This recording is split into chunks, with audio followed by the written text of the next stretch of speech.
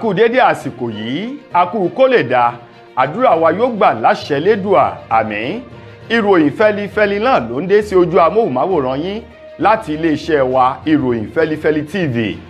Fún mi Adénúgà ni oníròyìn. Kó tó di wípé ẹ gbọ́ ìròyìn ọ̀hún lẹ́kùnrẹ́rẹ́ ẹ jẹ́ ká dé òkè lọ́hùn náà à ń bọ̀.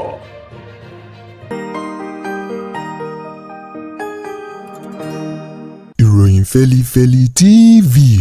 àjààbálẹ̀ làwọn ìròyìn ti wà máa wò lóòrèkóòrè.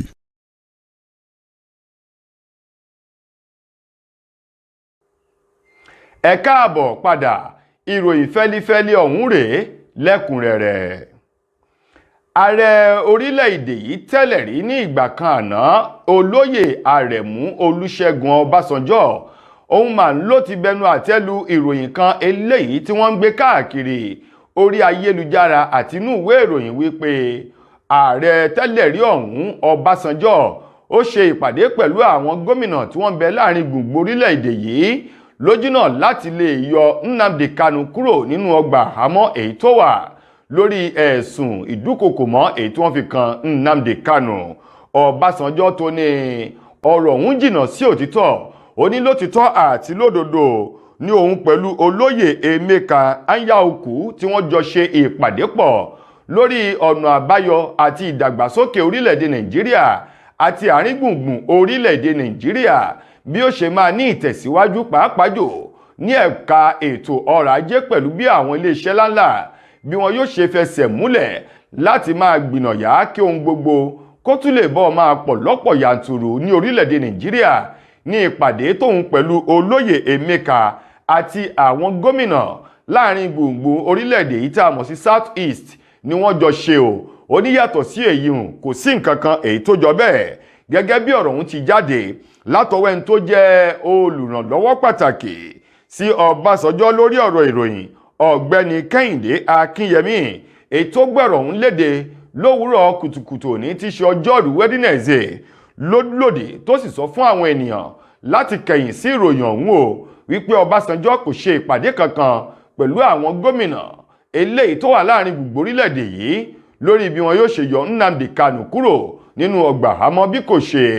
ìtẹ̀síwájú orílẹ̀-èdè Nàìjíríà ní ìpàdé èyí tí wọ́n ṣe. Àwọn ilé ìgbìmọ̀ aṣòfin àgbà orílẹ̀-èdè Nàìjíríà ni wọ́n ti ké gbàjarè síta báyìí lórí àwọn ayédèrú epo bẹtiróòlù àti dísù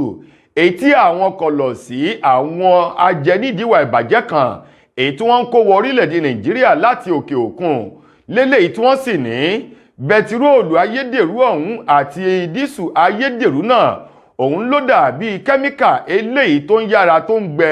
nítorí fìfì tó sì ní ewu sí iná lọ́pọ̀lọpọ̀ nítorí wípé ọ̀nà tí wọ́n gbà láti fọ àwọn epo ọ̀hún tí wọ́n kó wọ orílẹ̀-èdè Nàìjíríà náà kì í ṣe ọ̀nà eléyìí tó tọ́ tó ń ti àwọn ohun èlò èyí tí wọ́n pò mọ́ wọn ló jẹ́ ohun tó burú jáyè sí iná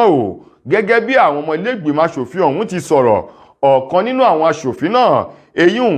ọmọ amòfin àgbà sẹ́nẹ́tọ̀ Azuko Ekpeyong eléyìí tó pe àkíyèsí àwọn akẹgbẹ́ rẹ̀ àti àwọn alágbàtà epo bẹtiróòlù wípé àwọn epo kan wà léléyìí tó jẹ́ pé àtọdún tó kọjá ni wọ́n ti ń kó epo ọ̀hún wọ orílẹ̀-èdè Nàìjíríà nítorí tìkẹ́tìkẹ́ èyí tó jẹ́ pé wọ́n ń gbé epo ọ̀hún wọ́n ń gbé gba orílẹ̀-èdè Lomé Togo àti àwọn ilẹ̀ adúláwọ̀ kan èyí tó sì jẹ́ wípé lọ́pọ̀ yanturu ní àwọn ọkọ̀ ojú omi bọ̀gìnìbọ̀gìnì ni wọ́n ń kó epo bẹtiróòlù àti dísù náà ni wọ́n ń kó balẹ̀ gùdẹ̀ sí orílẹ̀-èdè Nàìjíríà lákòótán nínú ọ̀rọ̀ rẹ̀ ó ní bí ọ̀rọ̀ bá ti wá rí bó ti rí yìí ó ní àjùmọ̀ṣe ni àgbájọwọ́ la fi sànyà ó ní láìpẹ́ láìjìnà àwọn ìgbìmọ̀ kan yóò dìde tí wọ́n yóò máa ṣe àyẹ̀wò sí àwọn epo bẹtiróòlù àti dísù tó fi mọ́ afẹ́fẹ́ ìdáná èyí tó ń wọ orílẹ̀-èdè Nàìjíríà síwájú kó tó di títà fún àwọn ará ìlú àti ọmọ orílẹ̀-èdè Nàìjíríà. Ọ̀rọ̀ àtìlẹ́yìn ti lọ sọ́dọ̀ àwọn olùgbé ìpínlẹ̀ Èkó wípé kí wọ́n má mikàn kí wọ́n má ṣojo bẹ́ẹ̀ sì ni kí wọ́n fi ọkàn wọn balẹ̀ lórí àrọ̀ ìrọ̀dá òjò ní wákàtí mẹ́sàn-án kan èyí tó rọ̀ láàrin ọjọ́ Ajé ọjọ́ Ìṣẹ́gun sí ọjọ́rú Wednesday ní ìpínlẹ̀ Èkó tó wà nínú oṣù keje ọdún èyí tí a wà nínú rẹ̀ yìí o, gẹ́gẹ́ bí ọ̀rọ̀ ọ̀hún ti jáde látẹnu alámòjútó fún ọ̀rọ̀ àyíká àti ọ̀rọ̀ omi ní ìpínlẹ̀ Èkó, eyín ọ̀gbẹ́ni Tòkunbọ̀ Wahab, èyí tó sọ ọ̀rọ̀ náà lásìkò tó jáde pẹ̀lú àwọn ìròyìn èyí tó tó lọ́wọ́ wípé látàrí àrò ìrọ̀dá òjò alágbára ìtòrọ̀ náà, ọ̀pọ̀lọpọ̀ àwọn kòtò ìdáminù gẹ́rẹ́gẹ́ òun ni àgbàrá òjò ló ti rọ́dí báyìí tí gbogbo àwọn odò kéréje tí wọ́n sì ti kún ní àkúndí ẹnu pẹ̀lú bí omi ṣe ń ya wọ àwọn agbègbè tó sì ń ya wọ ilé ìgbé àwọn ènìyàn ní ìpínlẹ̀ Èkó. Ọ̀gbẹ́ni ọ̀hún alámòjútó Wahab wá ní òun fi àsìkò yìí fi dá àwọn olùgbé ìpínlẹ̀ Èkó lójú kí wọ́n fi ọkàn wọn balẹ̀, bẹ́ẹ̀ sì ni kí wọ́n má ṣe ohun ìdọ̀tí ohun ẹ̀gbin sínú àwọn kòtò ìdáminù, kí wọ́n sì fi ààyè kòtò ìdáminù sílẹ̀ lásìkò òjò tá a wà yìí, pàápàá jù àwọn tí wọ́n ń kọ́ ilé o, kí wọ́n má ṣe kọ́ ilé. Ó ní ìdí pàtàkì rèé tí ìjọba ìpínlẹ̀ Èkó ṣe gbé ogun ti àwọn tí wọ́n kọ́ ilé sí àwọn ẹnu kòtò pátá mọ̀ sí kànáà ní ìpínlẹ̀ Èkó tí wọ́n ń dà wó lẹ́nu bí oṣù mélòó kan sẹ́yìn tí wọ́n sì ń rí wọn gẹ́gẹ́ bí aláṣejù. Ó ní gbogbo wọn ni wọ́n sì wá rí báyìí bí omi ṣe kún àkúnfàyà tó sì ń ya wọ inú ilé àwọn ènìyàn. Ó lámọ́ ò bí ọ̀rọ̀ ti wá rí báyìí, ó ní gẹ́rẹ́ tí òjò ń bá mọ́wọ́ lọlẹ̀ láàrin ọ̀sẹ̀ yìí tí a wà nínú rẹ̀ yìí, ó ní ìjọba ìpínlẹ̀ Èkó wọn yóò wá wọ̀rọ̀kọ̀ fi ṣàdá àti ọ̀nà àbáyọ bí omi ọ̀hún ò ṣe ní ṣe ọṣẹ́ láti bá àwọn èèyàn àbí láti pa wọ́n tàbí kó wọn ní dúkìá lọ ní ìpínlẹ̀ Èkó. Tó ẹ̀yin ará, ẹ jẹ́ ká lọ rèé polówó ọjà S2 Aba mixture. Tí a bá lọ tá a bá padà dé, a ó máa tẹ̀síwájú nínú ìròyìn wa. À ń bọ̀. Látijọ́ aláyé ti dáyé, lọ́kọ tí ń sọ lówó orí aya, tájọṣepọ̀ wọn sì jẹ́ gbádùn òǹfà ìfẹ́.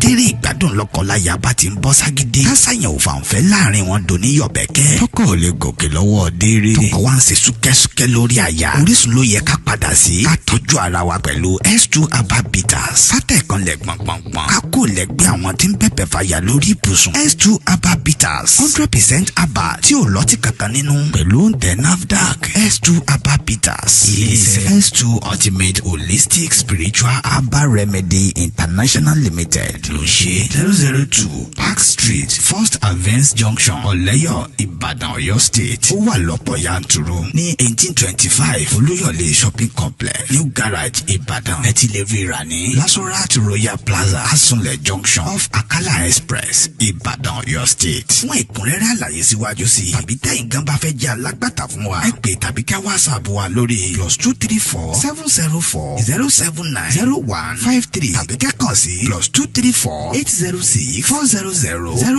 0204. Bákan náà ni ẹ lè kàn sí abroad line wa lórí +353 894 982 845. Ẹ mọ́ gbàgbé wípé ìlera lóògùn ọrọ̀, tó fi já sí wípé ẹ ti lè kàn sí iléeṣẹ́ S2 Aba mixture fún ìtọ́jú àwọn àìsàn míì lóníran bíi ìfúnpá gíga, diabetes, low sperm count, ìdákọ́lẹ̀, arthritis, bone fat, blood cleansing, rheumatism, infertility àti èyíkéyìí àìsàn tó bá ń bá yín fúnra nínú ara. S2 Aba Bitters ó dára fún ìgbádùn ọkùnrin àtobìnrin. Ẹ kú kalẹ̀, ẹ káàbọ̀ padà. Mo lérò wípé ẹ ti rí ìpolówó ọjà ọ̀hún pẹ̀lú àwọn àyè eléyìí tẹ́ ó ti máa ríra ní àwọn ibi tí wọ́n fi ìpolówó àti ohun gbogbo sí o. Kẹ́yìn náà kẹ́ẹ̀sì rí dájú wípé ẹ mú ẹyọ kan sí méjì lónìí láti fi ṣe ìgbélárugẹ àlàáfíà ara wa, kò ní di fíàfíà. Àmín. Ọwọ́ ilé-iṣẹ́ ọlọ́pàá ló ti tẹ arákùnrin olè ẹni ibi tó ń da àwọ̀ èèyàn gidi bóra, dẹ́rẹ́bà kan èyí tí wọ́n gbà sẹ́nu iṣẹ́ àwa ọkọ̀, èyí tó sì jẹ́ wípé ọjọ́ tí ọ̀gá rẹ̀ gbà sí ẹnu iṣẹ́ gangan, ọjọ́ yìí náà ló jí ọkọ̀ ọ̀gá rẹ̀ ló jí gbé lọ o, tó sì gbé ọkọ̀ ọ̀hún lọ sílé ìjọsìn wípé kí wọ́n wá wo iṣẹ́ ìyanu ọ̀nà àrà tí Ọlọ́run ọba tó gbà láti dá òun lọ́lá, wípé Ọlọ́run ti ṣe ọkọ̀ tuntun fún òun o, òun náà ti di ọ̀kan nínú àwọn ènìyàn tí yóò máa fi káàṣẹ sẹ̀rìn láláìmọ̀ wípé ọkọ̀ èyí tó jẹ́ ti ọ̀gá rẹ̀ tó gbà sí iṣẹ́ òun ló jí gbé lọ tó lọ fi ń ṣe ìdúpẹ́ nílé ìjọsìn. Gẹ́gẹ́ bí ọ̀rọ̀ ọ̀hún ti jáde láti iléeṣẹ́ ọlọ́pàá ìpínlẹ̀ Èkó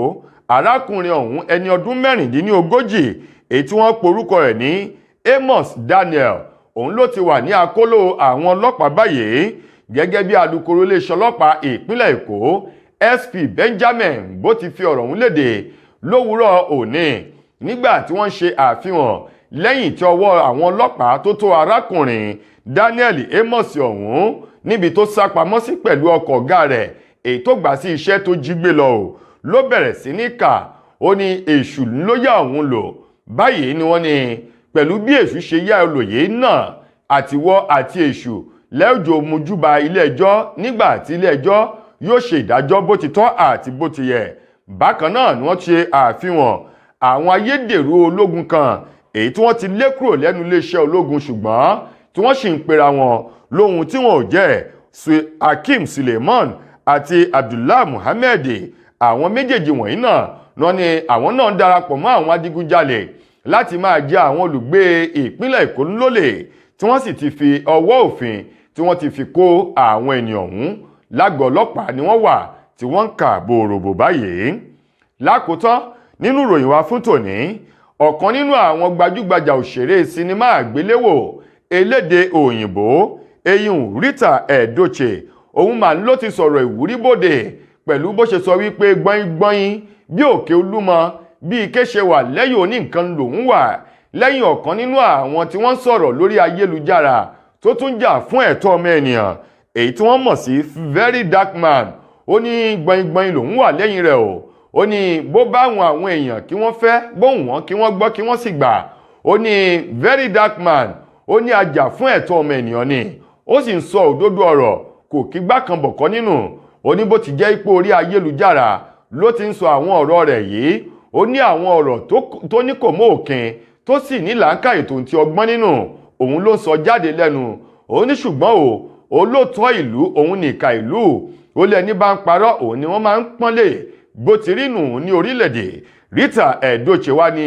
gbọ́yìn lòún wà lẹ́yìn very dark man nítorí wípé olótìtọ́ ọmọ orílẹ̀-èdè Nàìjíríà ni gẹ́gẹ́ bó ti sọ di mímọ̀. Tó ẹ̀yin ará ìròyìn fẹ́lifẹ́li kò ní jù báyìí lọ fún tòní títí ojúmọ́ ọ̀la tẹ́ máa láǹfààní láti gbọ́ tún ròyìn míì. Mo gbà ládùúrà wípé ilé òní lé wa ọ̀nà òní náà wá. Fúnmi Adénúgà lẹni tó mú ìròyìn wá sí ojú amóhùnmáwòrán yín ẹ ṣeun gan ni o.